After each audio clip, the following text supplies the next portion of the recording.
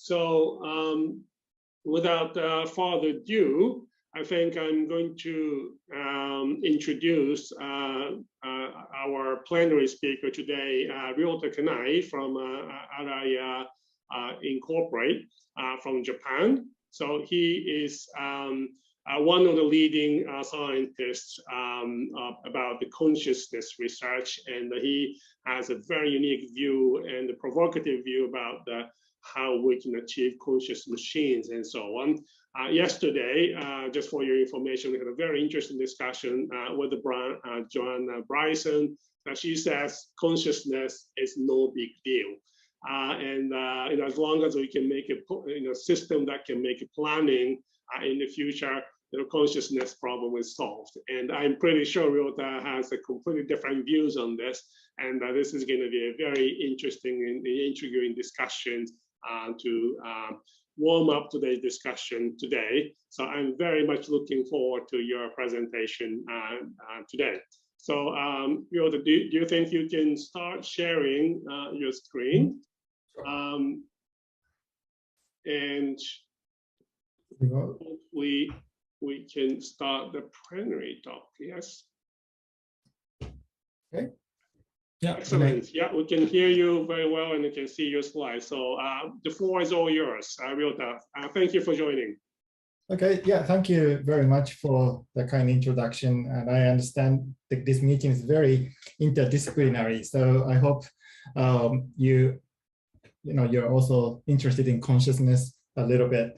Okay. So I have a kind of sort of provocative title for my talk, but I try to convince you that actually thinking about consciousness in the context of machines is not so completely crazy. Actually, it is a meaningful research. And anyway, so yeah, my background is cognitive neuroscience. I used to do a lot of neuroimaging to understand the brain basis of consciousness. But as you can see, I'm currently running a company called Araya based in Tokyo. We started around 2015.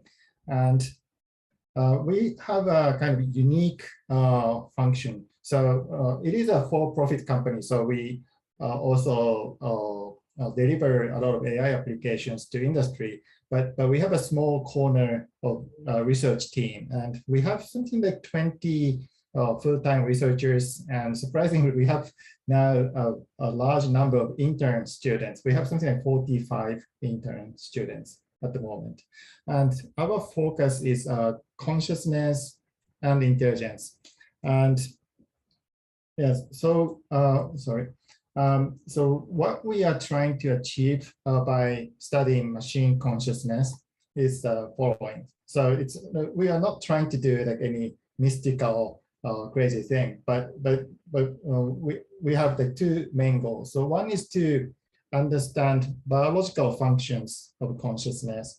So consciousness has been discussed in philosophy for thousands of years, and there are a lot of psychological models or theories of consciousness, but a lot of times for maybe engineers, those theories are not precise enough so that we can actually try to implement them. So by thinking about what we need to implement to reproduce theories of consciousness, we can actually deepen our understanding or clarify our understanding of existing theories. So this is our approach. And also, for the reasons I explain later, researchers interested in consciousness often neglected potential functional consequences of consciousness. But when we think about what consciousness is good for, we can actually make more meaningful progress. So that's a point I want to make in this talk. And then second part is about inspiring AI research. And a lot of AI scientists are interested in intelligence, but they don't think consciousness is relevant. But in this talk, I try to find potential connection between consciousness and intelligence. And hopefully, this could be also useful for your inspiration. Maybe some of you may be working on robotics or AI, and so if you haven't thought about consciousness before, I hope this could be a new inspiration for you. And so I started with the so-called hard problem. So this is the the kind of the most difficult aspect of consciousness, which is this subjective experience. So the mystery of consciousness is why we have subjective experience at all. So we know that probably like all the computation needed for our, for example, vision is done by the physical brain. So there's no extra material other than all the like physical materials that we know. And so somehow this subjective experience, or sometimes called qualia, must be generated from physical interactions in the brain, but nobody knows how this happens. And this seems to be a very difficult problem. And also, it's a bit unclear whether this subjective experience has any influence on the physical system. So sometimes people take the view called epiphenomenalism. So when the brain does some objectively measurable things, then consciousness just accompany all the physical interactions, but then conscious experiences do not play any causal role. And so because of like this kind of thinking, I feel a lot of people gave up on thinking about functions of consciousness. But on the other hand, we also have sometimes like naive view that there is some sort of deep link between consciousness and intelligence. So like in a lot of science fiction films, you see AIs waking up to sort of self-consciousness as they become like more intelligent.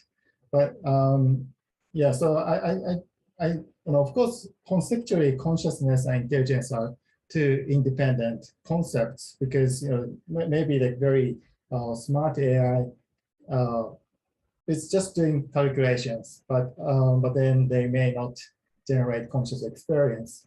But on the other hand, maybe insects are not that smart, but they seem to be, maybe to some people, to some extent, conscious. So there is a case for double dissociation. But in biological systems, somehow consciousness emerged through the course of evolution. So we want to ask what it's good for. And so below, I wanted to point out this confusion about two questions. So when you think subjective experience is just an epiphenomenon, doesn't play any causal role on the brain mechanisms, then consciousness cannot have any function. But we can ask more naive question, which is also called the hard question by Dennett. So what kind of sort of functional advantages can we get by having some information in conscious mind? So we know that in the brain, a lot of processes happen without reaching consciousness, but at some point, results are presented to conscious mind, but we don't know what kind of advantage we get by having this kind of conscious experience. And yeah, so but here like in this talk, I try to sort of propose some ideas about what consciousness is good for. And so yeah, so first I want to define general intelligence a little bit. So maybe similar to consciousness, the notion of general intelligence is also very vague.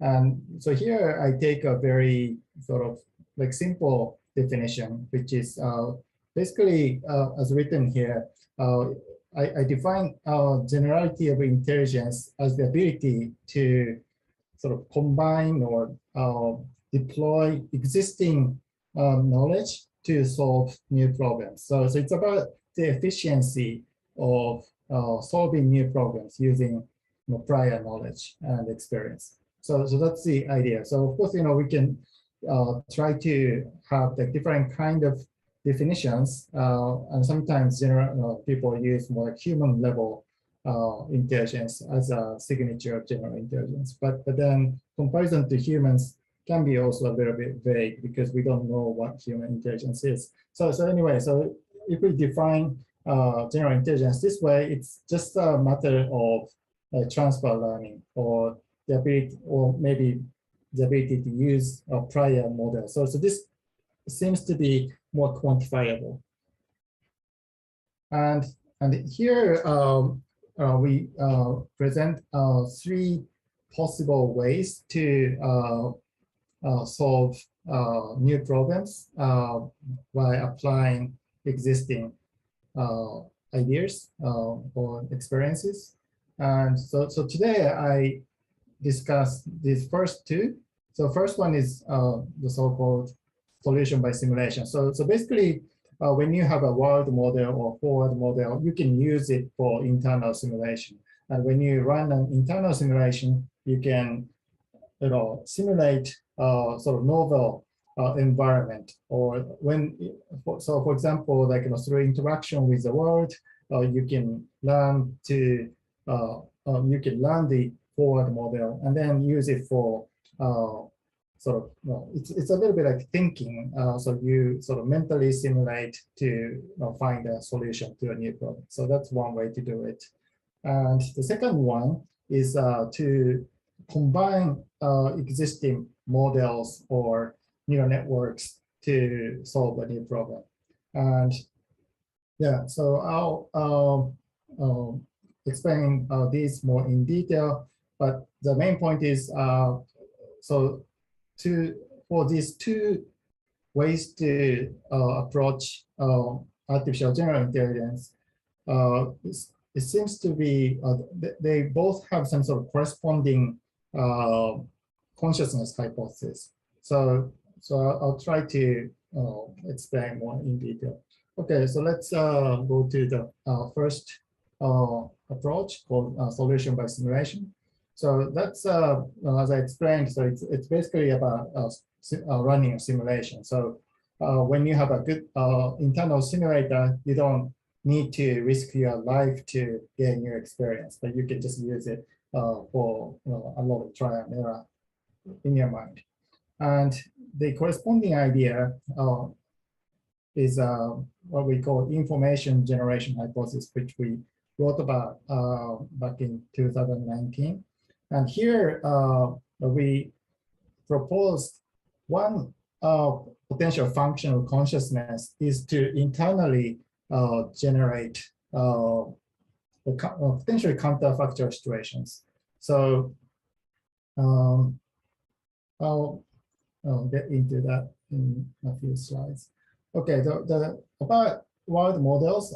So maybe this the world models paper by David Ha is a quite famous one. So in the first stage, you train a network to sort of represent the world and then try to learn the forward model in this latent space. And then this network is trained to make a prediction for the next world state based on a new input. So when you have this kind of forward model, there are many ways to construct something like this, but you can use this kind of world model to learn a new policy. So basically you can learn by mental simulation. So that's a very useful strategy.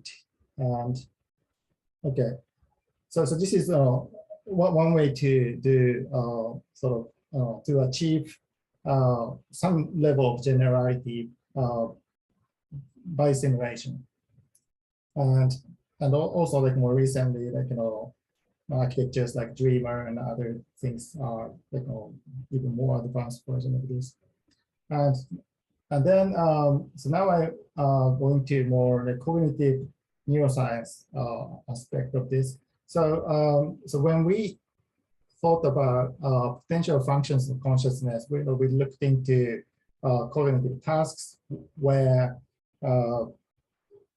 consciousness is needed to solve. And one famous one is called trace conditioning as compared to delay conditioning. So these are experimental paradigms in classical conditioning. So in conditioning, in this case, you first hear sound, and then that sound predicts an air path applied to the eyelid. So whenever there's an air path to the eyes, then the subject blinks. But after multiple exposures to this kind of contingent sound, then the sound itself starts evoking eye blinks. So that's conditioning.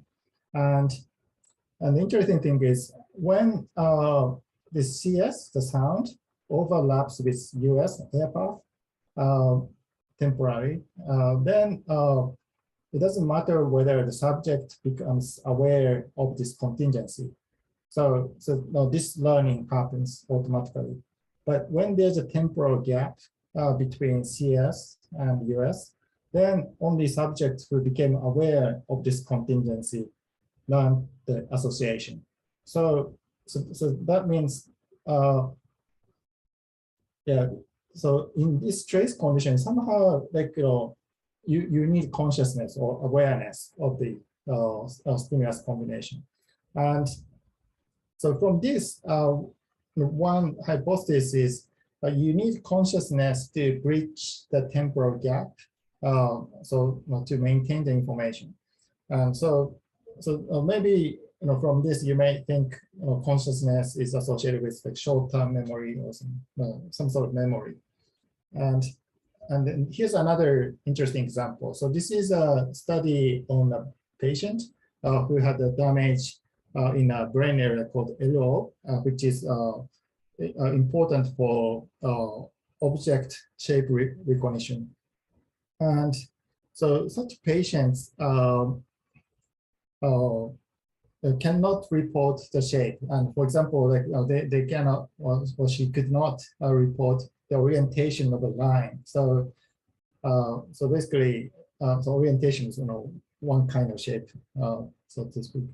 But maybe the first important thing is when she was asked to sort of post an envelope through a slanted slate, then she could do it, even though she says she doesn't know in what way the slate was oriented. So that study showed there's a dissociation between sort of conscious report and also action. So action does not require sort of conscious awareness of the shape. And what's interesting was that when okay, so here like she could do this kind of unconscious posting task, but when she was asked to wait for 3 seconds, so first she looks at this the slanted slit, and then the the room turns dark, so she couldn't see anymore. And then after 3 seconds, if she was asked to post the envelope, and then she couldn't do it. So so this suggests when we are guided by immediate stimulus in front of us, we can actually react to it without awareness.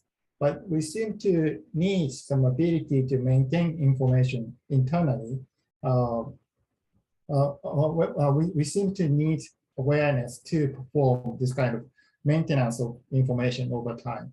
So that's very similar to the trace condition in the previous slide. But in both cases, it seems consciousness is strongly associated with the ability to maintain information over time or generate information internally.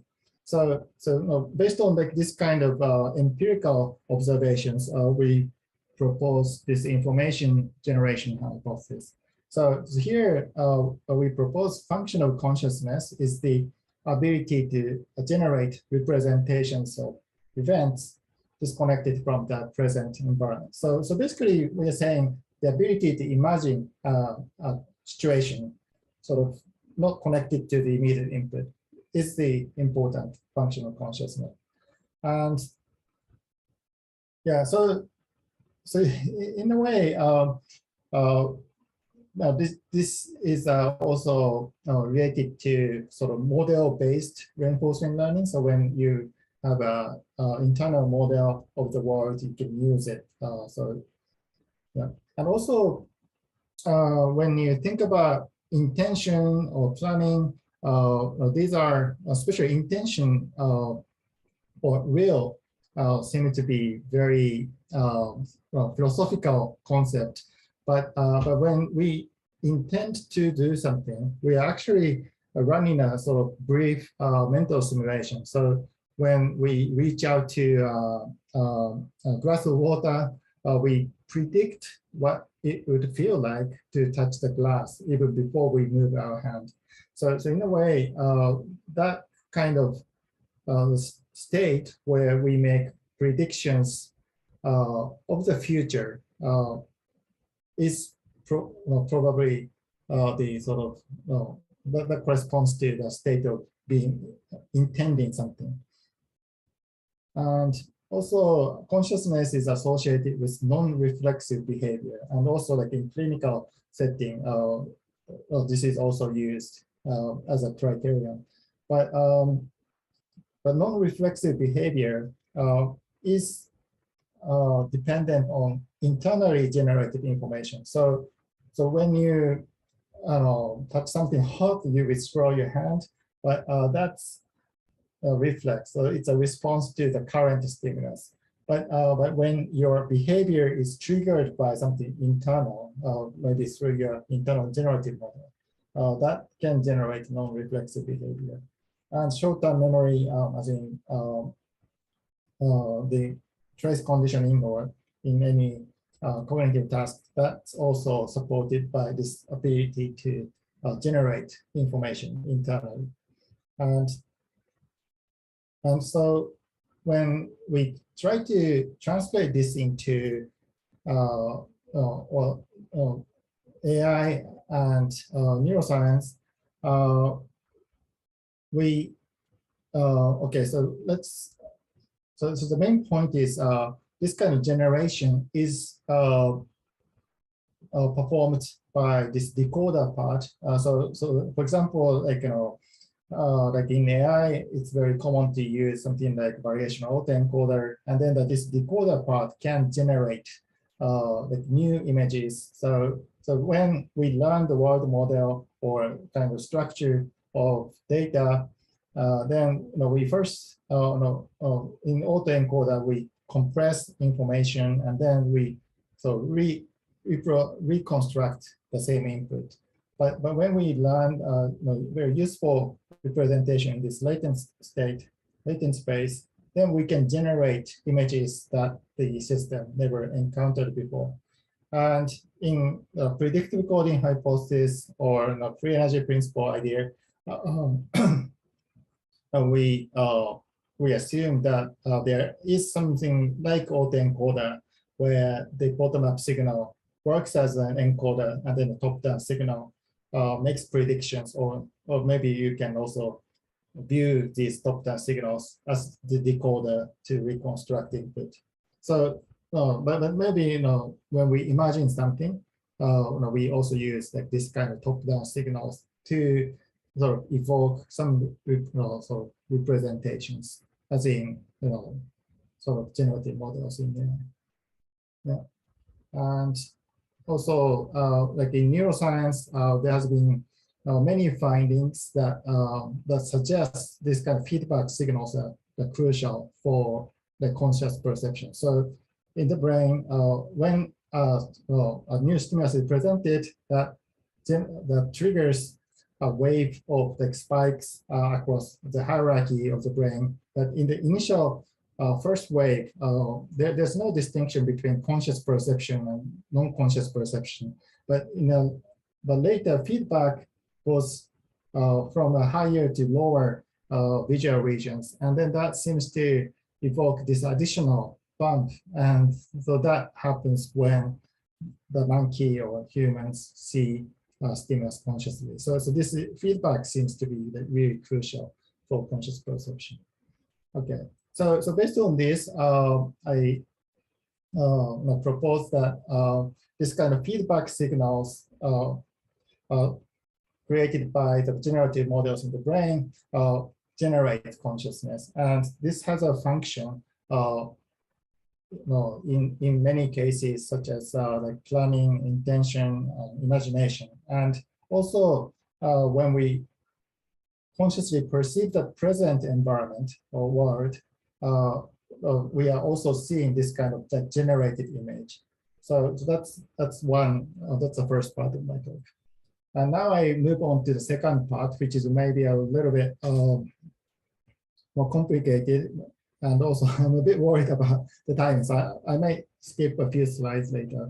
But the main point is, so you can think of, okay, maybe it's better to explain this way. We can create new solution by combining existing solutions. So each arrow here indicates a neural network, and so neural network is a function. So it takes an input and outputs some answer. So for example, just image classification, you use an image as an input, and then you get the let's say category out of the network. But then once you have the word for each category, then you can also convert it to speech sound or some image of the characters or translate across languages. And so that means when you have a representation common across different networks, then we can actually connect them in a flexible manner to generate a new function. So for example, if we want to, instead of just classification, if we want a system that generates the sound corresponding to the category of the image, then we can just combine these two arrows. And when we have like many functions that have a shared representation, then we can actually solve new problems by combining existing networks. So it becomes just a pathfinding problem in a large graph. So that's how I see we can achieve some sort of generality. But of course, sometimes combination may not be sufficient to solve all problems. But at least you can see when you have like many networks to solve specific problems, you can combine them to solve like many more problems. And so our vision is that like this kind of thing is achieved by the so-called global workspace. So global workspace has a theory of consciousness that has a long tradition. And roughly speaking, the idea is like, so this is a kind of caricature of the brain. And in the brain, there are many specialized networks. And so each maybe this network is specialized in sound processing or speech processing, or this is image recognition, or this is reading, or things like that. But not all of them reach consciousness, but only some of them reaches the so-called global workspace, where the final output is shared across multiple modules. And so that's the idea. But when I heard about this theory, I thought it was a little bit vague. For example, I couldn't understand what it means to share information. Like, so there, maybe the people who proposed this had more concrete ideas, but I felt it was not concrete enough for implementation. But then on the other hand, there has been a lot of cognitive neuroscience evidence supporting this kind of structure in the brain. So there are many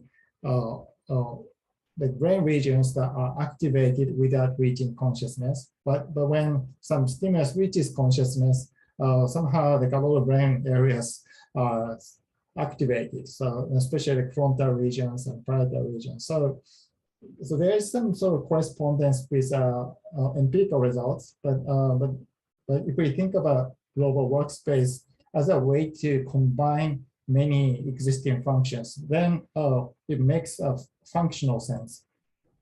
Okay, so this is the same thing. yeah, so then I started seeing global workspace as a kind of a connection across latent spaces of many specialized modules. So it's a multimodal network. But first, like each specialized modules are trained, but then they all have sort of their specific latent space. But then if we want to combine them, they need to be able to communicate with each other. So so my definition of global workspace is this kind of like shared latent space. And also in the brain, I'm thinking in the cortex, there are, okay, let me go to the next one. There are many brain regions. So when we look at like deep neural networks, typically it's just one way with many layers. But what's interesting about the brain is there are many different regions and they are all connected with everything else. And that's a huge difference. But if we think about this, maybe the brain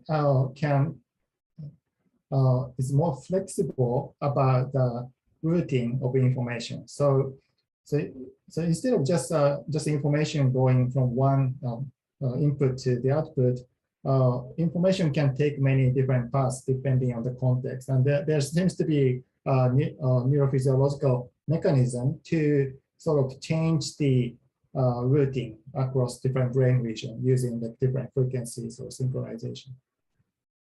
Yeah. Okay, and now, so we wrote a paper about this. So here in this paper, we proposed how we can use modern deep learning to implement the global workspace. And so I'll skip a few things.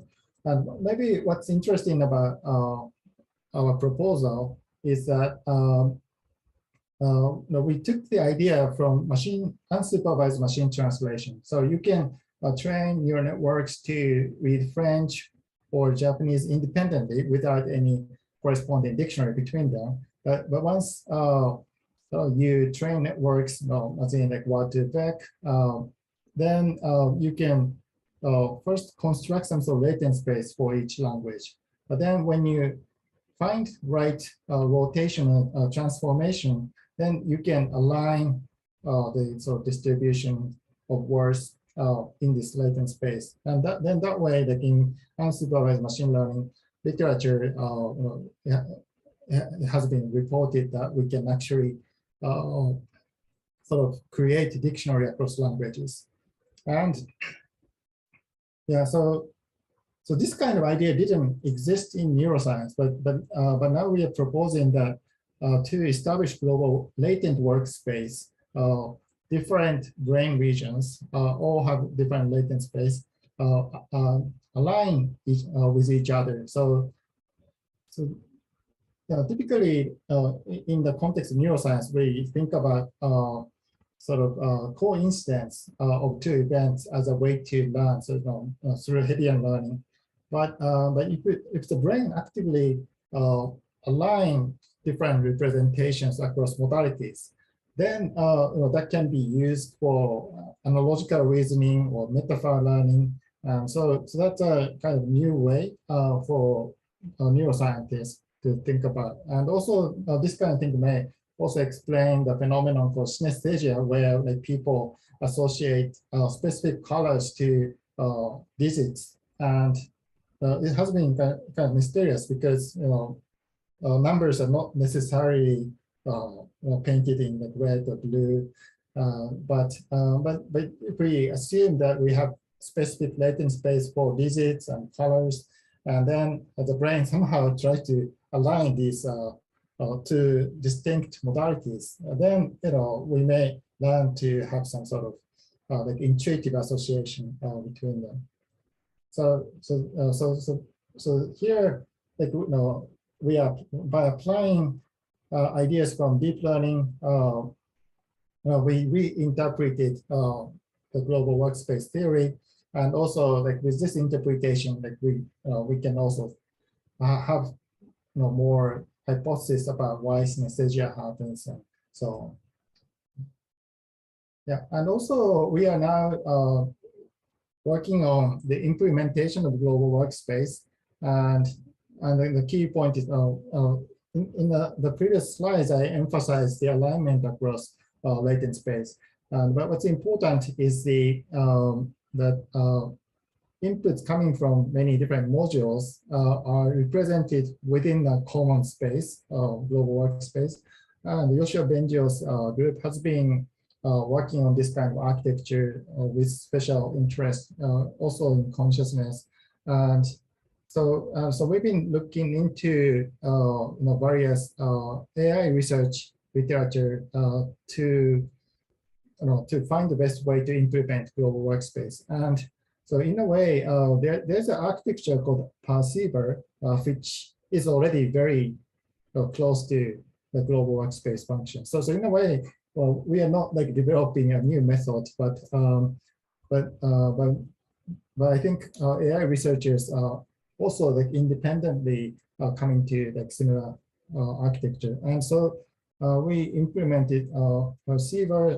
The Perceiver is just well, this is the architecture of the Perceiver, and then let's say this is an image input, and then if you're familiar with neural networks, these are layers of transformers, and so basically image is encoded and then maintained over time steps. But in this original version, it's actually not the time step, but here we interpret this as a time step. So the system has kind of like latent representations coming from multiple modalities, and then they're combined, and then they're also kind of like reshaped internally. So that's the kind of architecture. And yeah, so we implement this, but actually we implemented something called Perceiver IO, which also has an action, and then compared, we tested whether that can solve like typical cognitive tasks that requires consciousness. So for example, NBAC task, which is about working memory, and also we use this kind of queue recall task. And so this is the hardest one. So it says first sum, that's the instruction for the AI, and then we give two queues, like these two locations, and then this network needs to sum up the digits presented at these two locations. And so, with this kind of cognitive tasks used in human cognitive science, we looked at like different capacities of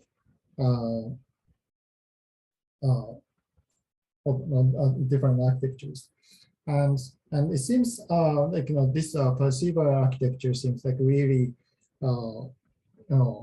performing well for multiple things, but it doesn't necessarily mean that it's more conscious, but yeah, but at least it shows that the capability of this kind of global workspace like architecture. And I'll skip this one. And finally, I just want to mention a few new projects we are working on. So we are, as a company, and also as a whole project I'm leading, we're interested in brain-to-brain communication. So the idea is, okay, so we, with a brain-machine interface, we can decode all kinds of intention or information. And so just like the global workspace AGI idea, when we have a latent space representation, we can use it for converting to the speech or moving a robot arm, or like eventually we may be able to send ideas directly to other brains. So yeah, so that's what we are trying to do. So in a way, inside the brain, we have shared latent space, but with some additional AI, we try to connect different brains directly between their latent spaces. So in normal communication, when we want to convey some ideas, we have to talk or type, and then through language, the content is re-encoded by another person, and then this second person can imagine what the other person is thinking.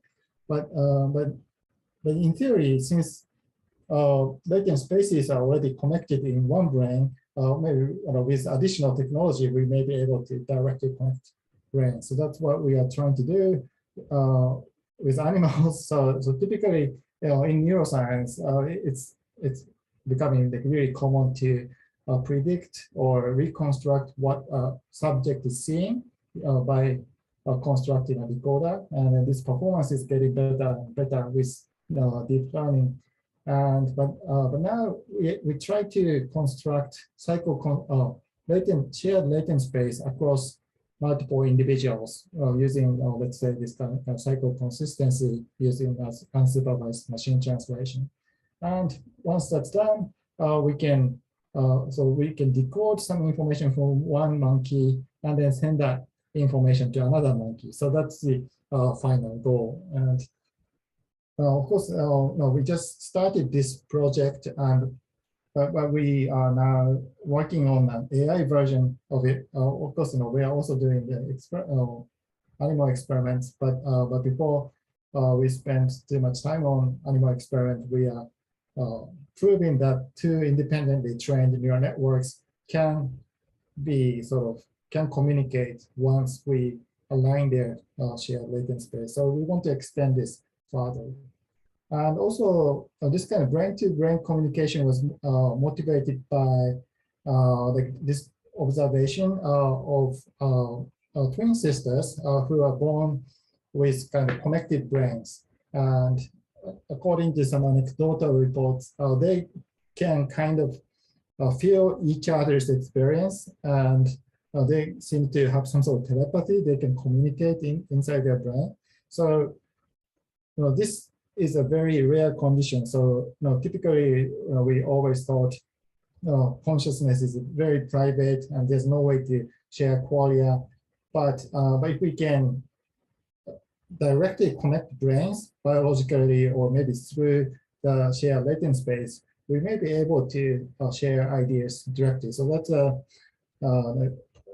kind of ambitious vision, but we want to test this kind of idea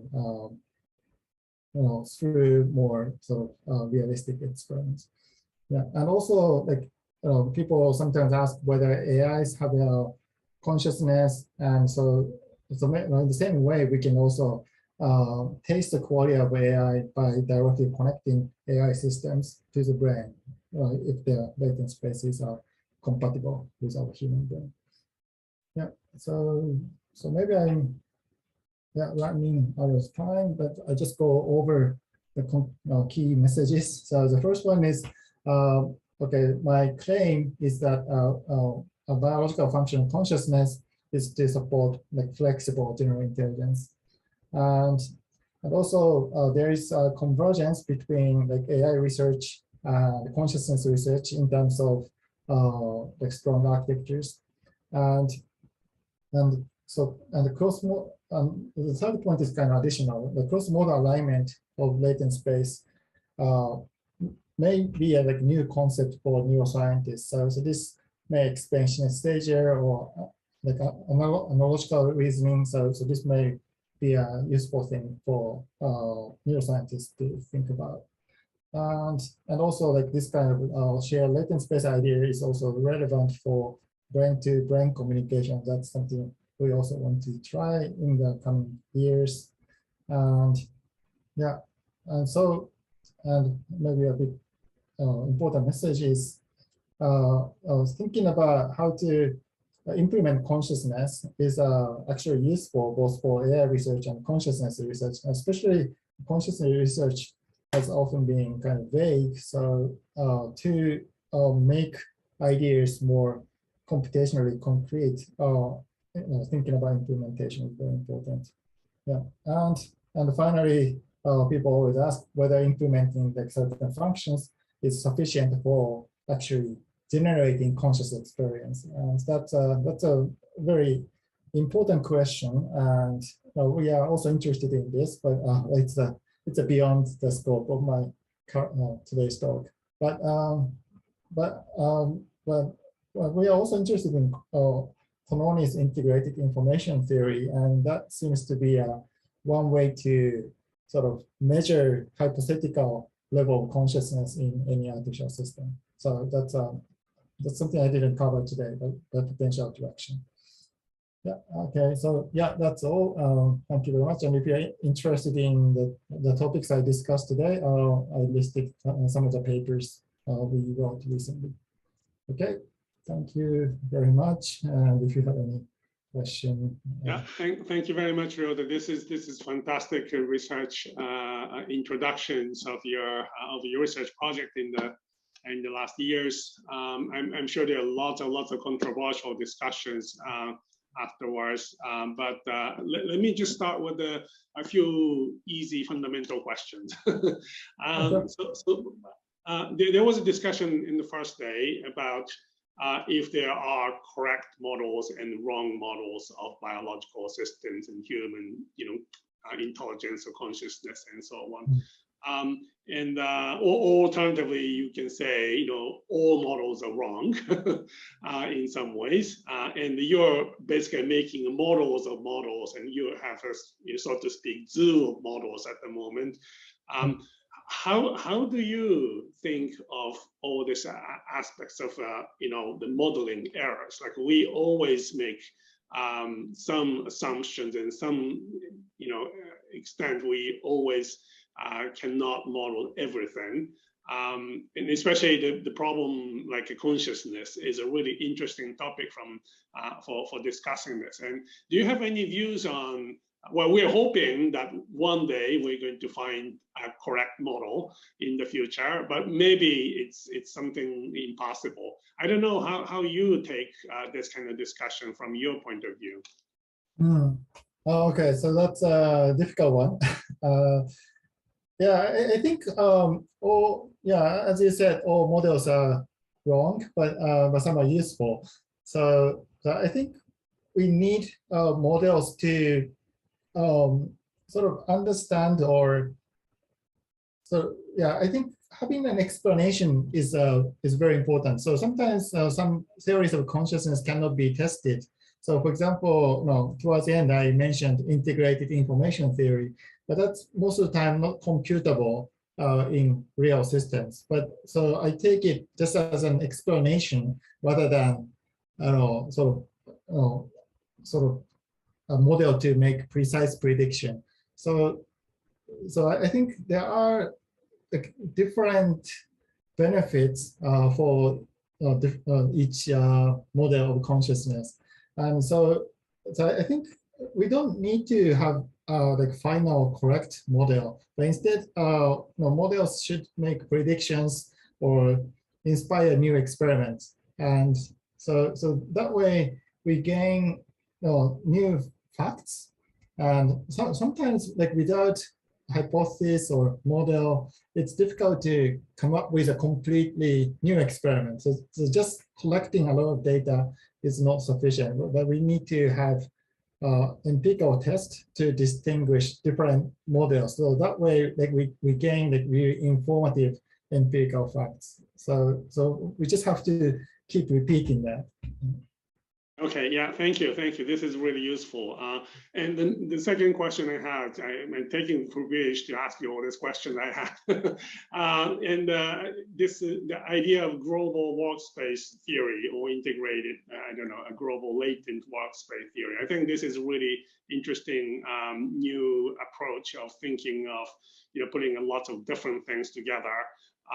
But at the same time, this will probably conflict with some of the basic, fundamental ideas how we can, think of the Occam's razor, talking about how to make a simpler model to explain a lot more things, and also again the previous discussion about correct model, wrong model. If we put two wrong models together, is this going to be correct model or not?